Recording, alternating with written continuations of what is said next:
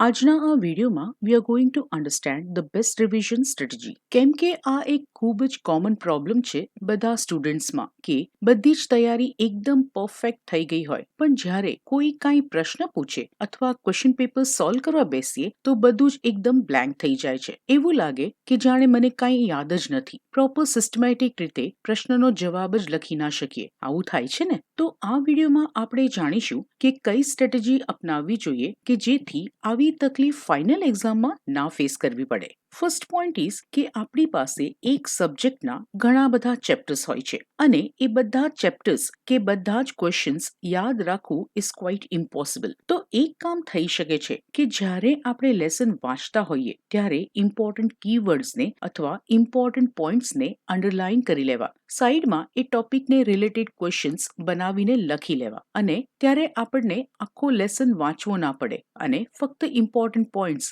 Keywords અને આપણે લખેલા ક્વેશ્ચન્સ વાંચી લઈએ એટલે આપણું કામ ઘણું સરળ થઈ જશે. સેકન્ડ પોઈન્ટ ઇઝ કે આપણા ટેક્સ્ટબુકમાંથી કોઈ પણ એક રેન્ડમ પેજ કાઢો અને એમાં આપણે લખેલા ઇમ્પોર્ટન્ટ ક્વેશ્ચન રીડ કરો, જવાબ આપવાની કોશિશ કરો, અને જો જવાબ ના આપી શકો દેટ મીન્સ કે તમારી તૈયારી હજી કાચી છે. એ ટોપિકને એકવાર સરસ રીતે સમજી લો, ફરીથી લર્ન કરી લો. આવું કરવાથી તમને વધારે લાંબા સમય સુધી યાદ રહેશે. થર્ડ પોઈન્ટ ઇઝ કે તમે લેસન સમજી લીધો, ઇમ્પોર્ટન્ટ લાઇન્સ અને ક્વેશ્ચન્સ માર્ક થઈ ગયા, ટેક્સ્ટબુકનું કોઈ પણ એક પેજ કાઢીને તમારી તૈયારી તમે ચકાસી પણ લીધી. હવે વારો આવે છે પ્રેક્ટિસ પેપર્સનો, સેમ્પલ પેપર્સનો અને આગલા વર્ષના ક્વેશ્ચન પેપર્સ સોલ્વ કરવાનો. અને જો તમે આ પેપર સોલ્વ કરી શકો છો તો તમારી તૈયારી પાક્કી કહેવાય, તમે એક્ઝામ આપવા માટે રેડી છો. ફોર્થ પોઈન્ટ ઇઝ કે તમે જ્યારે કોઈ પ્રશ્ન જોવો છો તો તમને એવું થશે કે અરે,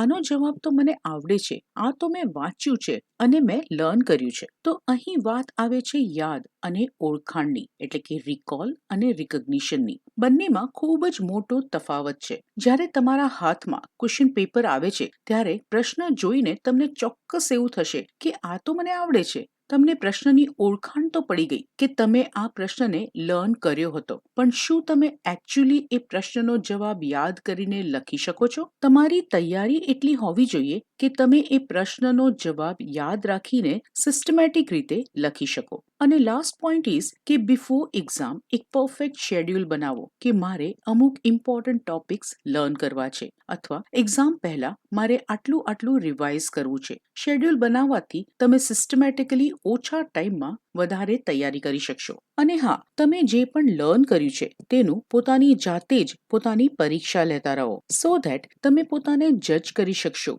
કે તમારી તૈયારી કયા લેવલ પર છે અને તમને કેટલું આવડે છે. થોડું આગળ પાછળ હોય કે ના આવડતું હોય તો ફરીથી તૈયારી કરો, પણ ઝુકેગા નહીં. સો ઓલ ધ બેસ્ટ. મહેનત કરતા રહો and the result will definitely come. Thank you for watching and do like, share and subscribe for more videos.